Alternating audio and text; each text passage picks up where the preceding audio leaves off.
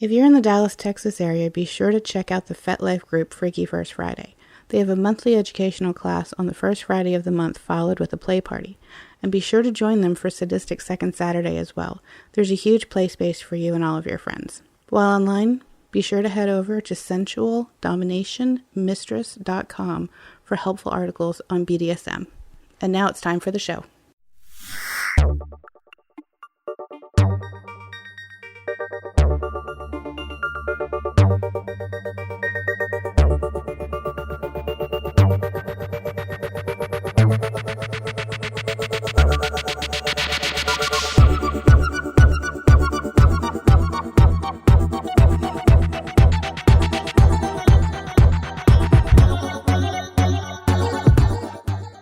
Okay, I think we're good. So how are you? Good. You? Okay. Can you hear me okay? Yeah. So let's just jump right into the topic tonight so we can record it quickly and then go to bed. And that was my phone. I was just opening. Yeah, I texted you yesterday with the topic idea that I had and told you to take notes. I didn't know you were actually going to, but good job. I don't have notes. Yeah. Well, you told me to, so I did. Alright, so today's topic is... You say it, because I'm trying to get it to load. I believe I want us to talk about the dangers of kink and the lifestyle. Right. Because we talk about a lot of positive about it for the past 90-some episodes. We haven't really talked too much about the dangers of it. Yeah, and there can be quite a lot of dangers. Because I guess I kind of assumed that people would treat the lifestyle like they would anything in their life, with being cautious and know that no matter what lifestyle you live or in, there are still people out there that can mean to do you harm. Right. And the kink lifestyle is no different. Right. So what do you want to talk about involving it? What, you got notes? Let's go off your notes. Notes, but it's still loading. Come on. You know, I don't think you had notes. I really do. Sure you do. I have notes. I promise I have notes. You're looking at me like I don't. I was like, I've got... Oh, you had to read. Alright, well, I guess while it's restarting, you come up with some stuff. Well, at our last munch that we went to together, our local one, people were talking about how one thing that they do like about the lifestyle is the open honesty that everyone has and all that good stuff. Right. And to me personally, I've always kind of viewed the lifestyle as like, we have a strong relationship. Right. But we had a strong relationship before we started the lifestyle together. Right. So I think, and like a lot of people we know that are long-term, that are in the lifestyle, were kind of already together before being immersed in it. Right.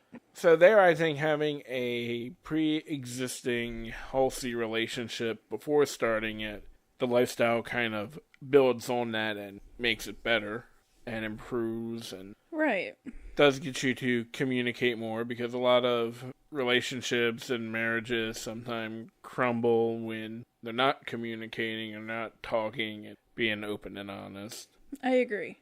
But on the flip side of the coin, like a lot of relationships where you're already, or both people are kind of like already in the lifestyle, like a lot of them seem to kind of not last, kind of. Yeah, get my words together here. If your whole relationship is just based on kink, then at least from what I've experienced and witnessed, those relationships didn't really last. That it has to be built more on something other than just kink. Yeah, like you need a well-rounded relationship. I mean, you can have kink-only dynamic relationships. I mean, we do have some partners where it is kind of, it's not a rounded, well, there's still the friendship outside of kink, but relationship. Right. Oh, and look, bam, told ya, I had notes. Okay, fine. You do have notes. I know you had notes. I mean, sometimes I like to make jokes on here. Alright, so what's your first point on your note? Okay, the first point on my notes is, like, for events, having, like, a buddy system. Because I know that if you're just kind of there by yourself, you can be more vulnerable. Well, I guess you're talking about for people that are single. Yes. Okay. Well, most of mine is kind of like geared towards women more because I'm a woman. Sexist? No, it's just because I know based on experience. Yeah, I know. And so, yeah, you're a sexist. No, that's not what I meant. It's just... I know, it's your point of view. I mean, that's why you're here, for your point of view. I'm a woman, so I relate more to women. Alright, so why should a single person, or what you're talking about, a woman, need a buddy for? Well, just... You go about finding the buddy. What if your buddy isn't into the lifestyle? How did you find this person if you're new and you're going to an event? I don't know. I looked at it as if you already know somebody in the lifestyle. I don't know. And with us, you do me. Yeah, you're my buddy system. No, I go check out shit first to make sure it's okay. Like, I went to the Munch alone, then brought you probably the next one. No, the first it's time. a couple. It's okay. We were busy. Yeah, well, now you go to them somewhat irregularly. I go when I can. Well, it's hard for us to always, like, get a sitter. We gotta pick and choose. Right. But yeah, in this lifestyle, just like anything else, there are the bad people out there. Because, I mean, not everyone in the world and on kink websites are 100% who they claim to be. Right. Which also goes along with some of my other stuff. Basically, make sure people know where you are and who you're with when you're meeting someone new. Yeah, and I always say, especially for women, that if you're talking to someone online and they want to meet, that you should tell them that you only meet people for the first time at a munch. Mm-hmm. Because a munch is a good place for you to feel safe with a lot of people around, or witnesses. Yeah, it's a safe place. Safe space. Yeah, because if they're not willing to meet you at a munch, then there's a good chance that there's a reason why they don't go to munches. Like, I've talked to people and they've tried to get other people to meet them at a munch for the first time, and they always say stuff, or they work too much, or there's none that are ever convenient for their schedule, or they never know when one might be, and that's why it interferes with work. Like, I'm sure, I mean, maybe in, like, smaller areas of the world, I don't know. I consider myself to live in a fairly small state. Right. And there are plenty of munches around. I mean, I'm sure maybe in, like, the Midwest, when it's, like, nothing but farmland, maybe there's a bigger problem, but I'm sure you can always find a munch almost any day of the week. And a lot of munches post well in advance when their schedule is, so someone should have plenty of time to ask off for work to be able to go. Right. But I don't know, I think part of the problem is we live in a world where there's a lot of instant gratification. We have Amazon where you go online, order something, 2 days later it's there.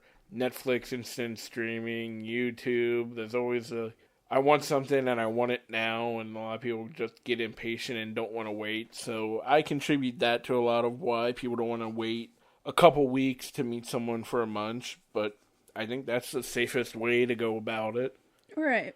And if you do go to a munch, I know, like, our local munch, if you meet someone and you just don't feel safe, you can always find plenty of people to walk you to your car and make sure you do get home safe. Yeah. There's safety in numbers, I guess what I'm saying. Yep. Which part of my other one was always meet in public, out and about. And a munch is a great way to do that. My other point that I have is, I prefer to have a meet and greet before play. Instead of playing the first time I meet them, I like to meet them and get to know them. Yeah, like That's just my preference. And I do think with a lot of, I mean, we're talking about the kink community, not so much. Swingers are more about just playing, but we're talking about kink-wise. Well, even with swinging, I would prefer to meet them first and get to know them, and then maybe the next time do something. Yeah. I don't know. My other thing, is, my other preference. Not conduct any play while under the influence of alcohol, medications, or anything like that. because you can't really give consent if you're under the influence. Well, also people know their own body. I mean, that's also kind of a preference for me also. But there are people where they may need, like, some wine to, like... Right.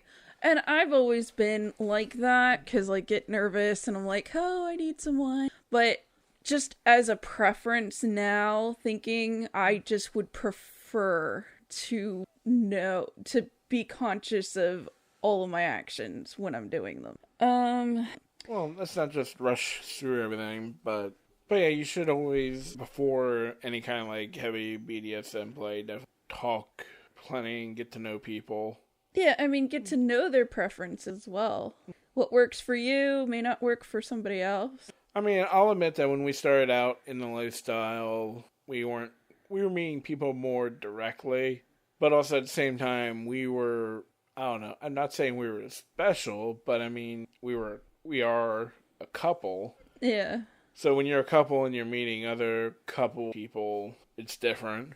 And also, we've met other couples, like, even people talking to on FetLife. Like, we met them for the first time. Not at a munch, but at a restaurant. Oh, right. Oh, guess who came into my work today? Who? I'll tell you later. You could always edit it out. I know, but I don't feel like editing, so we'll talk about it later. Okay, then. No, someone that we know came in, and I got to get my hugs in. Haven't seen in a while, because they live like an hour away. Oh. Alright, so are we ready for the next one? No, I'm still talking. Don't rush me, damn it. I'm not trying to. It's just late.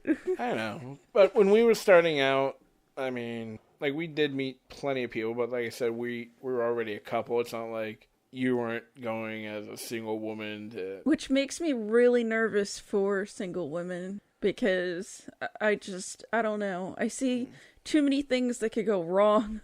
Too many creepy people out there. So I'm one of the lucky ones. But yeah, munches. They're extremely important. Yes. You got any more on that? Nah. Okay. Nah, Yuking. Alright, let's go on to your next point. Now that I put the tablet down and it closed. Okay. Whatever happened to good old pen and paper? It's easier this way. No, it's not. I never had to restart a piece of paper to be able to read it. It's dark in here, so I wouldn't have been able to see that anyway. 2, if I were to leave a piece of paper with this stuff on it, our kids would have found it and been like, oh, what's this? And then they would learn some safety tips about stranger danger. Which is pretty much what this is, until we get to this one. If you're going to have multiple partners, use protection and have regular STD testing. Some people will only play if all parties can provide documentation of being STD or disease free. So, because that's another danger, if you think about it. I mean, I guess we need to get on the ball on that one. I'm just saying. Well, you have your regular testing stuff. Well, yeah, but it's really important to make sure that you're taking care of yourself. I mean, your health is more important than sex. I don't know about that. It is when you really think about it. No, it is. And that is a danger. I mean, that's something you gotta think about. Why are you looking at me like that? Nothing. I got nothing to really add on. That one's pretty straightforward. I mean, what am I supposed to do? Come up with a counterpoint? There's no counterpoint. That's important. All right, so on to the next one. Trust your instincts. If someone gives off creepy vibes, that's a good sign to stay away. Stop talking to them or seek help from a friend or someone you trust. See, I need to learn to trust my instincts more when it comes to... I don't want to say crazy people, but I'm saying crazy people. Like, my gut will tell me they're fucking crazy, but my penis will go, let's hear them out. Wow. That's why you gotta use your instincts and use your brain. That's important. Well, like, I don't judge people based on looks. To me, personality is a big part of it. And sometimes maybe a crazy personality spices things up every now and then. Or sometimes a crazy personality sometimes backs over you with a car every now and then. Sometimes you just gotta roll the dice.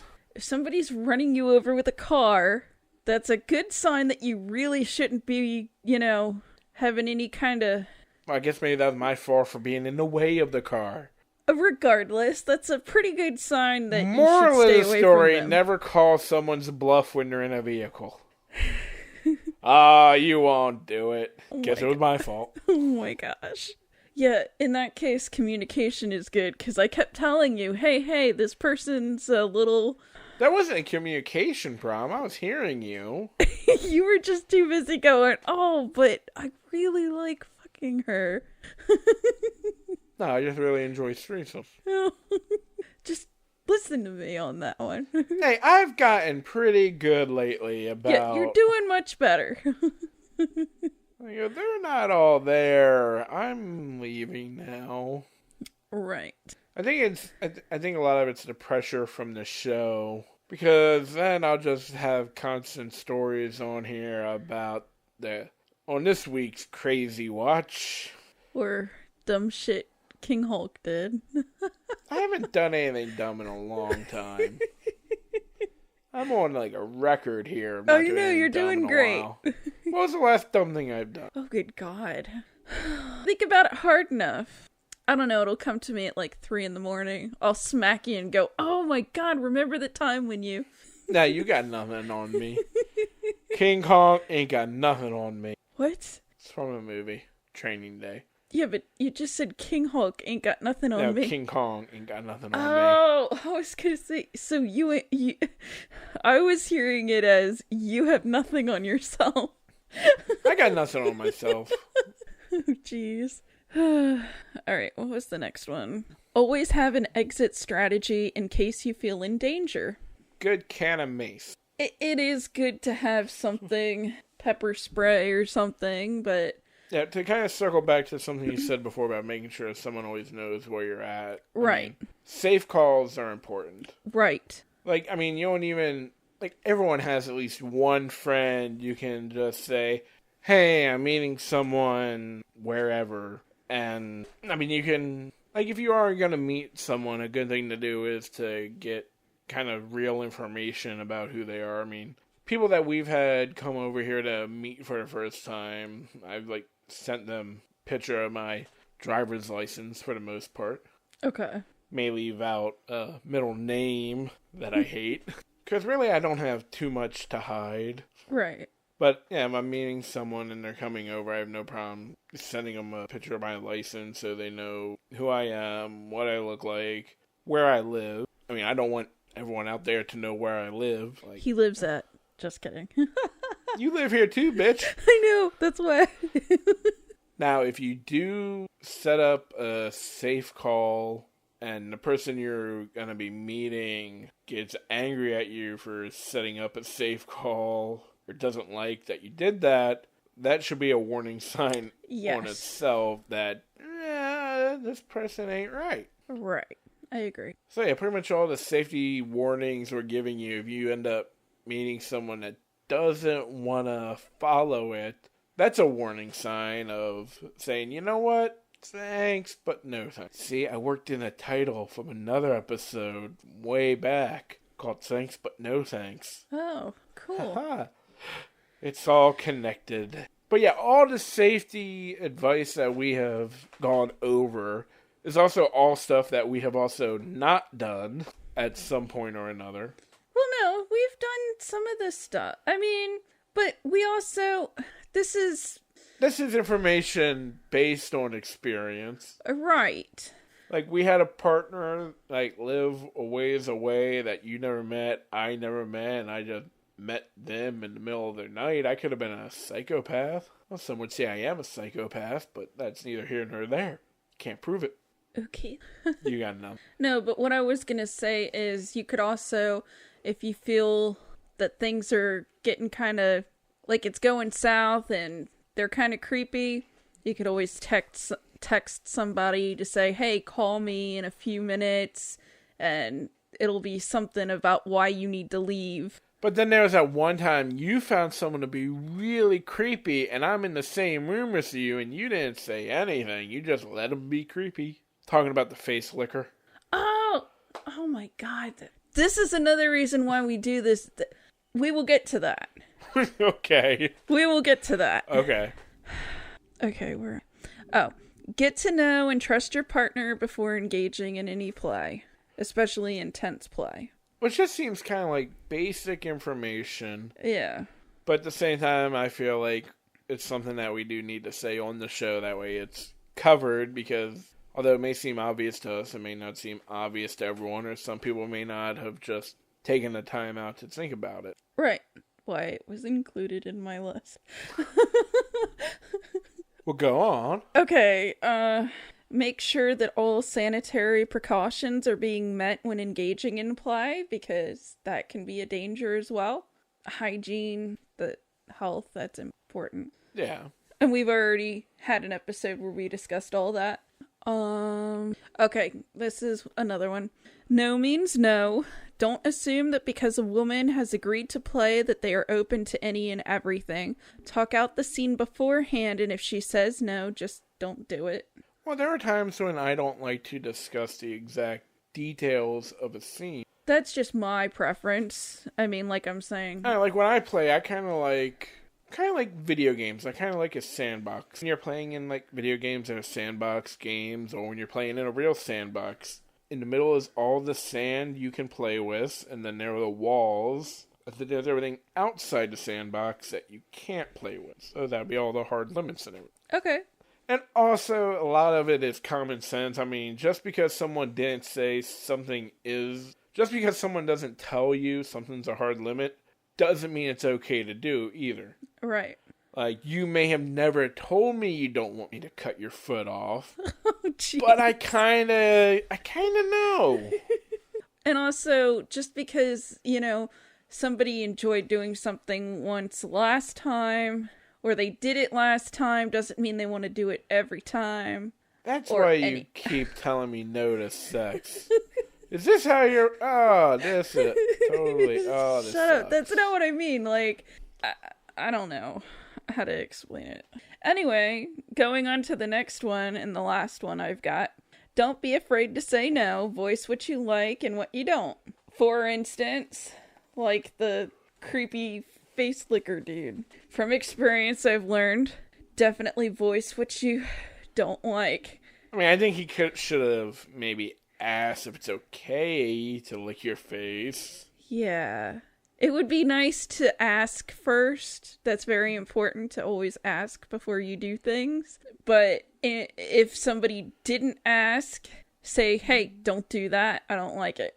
I'm pretty sure in your case, all you really should have done was just like back your head away. I did. Oh. I did. I was like, I didn't know what to do. I was like, so I couldn't believe he was doing it. I know, but it took me like, I don't know. I was like so taken aback that somebody would do this, and I don't know. It was weird. So anyway, that was my list of stuff. You got anything?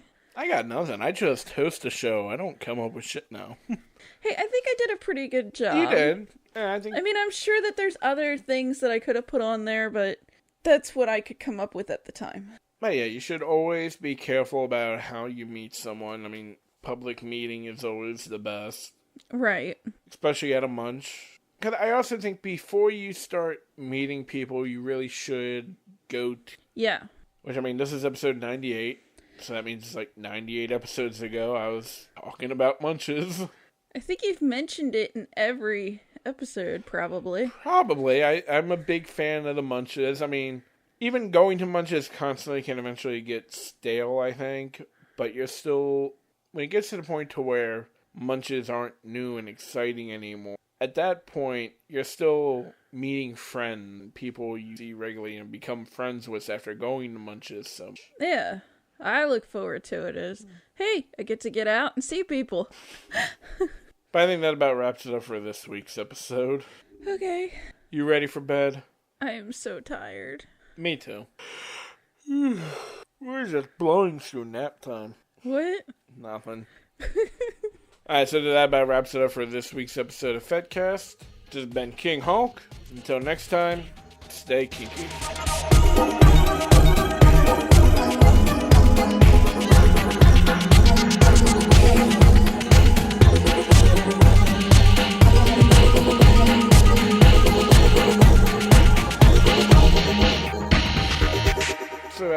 work, I'm just starting to not give a shit anymore. I think it's because of how much I've been working. Okay. And one of my managers where I'm working, he's, like, very, like, immature. Okay. Like, 18 or 19. Oh, wow. And, like, I just hear him talk about, like, the weirdest, like... like I said, he's kind of, like, immature. Okay. Because he's a young, spoiled, punk-ass bitch. So I think he's slowly learning with me to where don't ask a question if you're not ready for the answer. Okay. Because I'm at the point at work where I just say whatever the fuck I want. Okay. And, like, earlier tonight, like, he asked me something, and I've heard him talk about this, like, topic before with other employees. Okay. So, like, he asked me, like, have you ever ate ass before? And, like, without missing a beat in straight face, I just went, yeah. And I just went back to doing my job. Made me think of Clerks, too. What part? The ass to mouth. Oh. Yeah, at work I'm very much Randall now. Oh, jeez. I'm like, you don't? Oh, wow. And like I said, like me at that age, I was probably like very immature too, and probably would have just laughed and thought that was just funny. But now I'm 32, and that's kind of depressing. That like I'm about to be. I don't know. I feel like the old soul. Oh, jeez.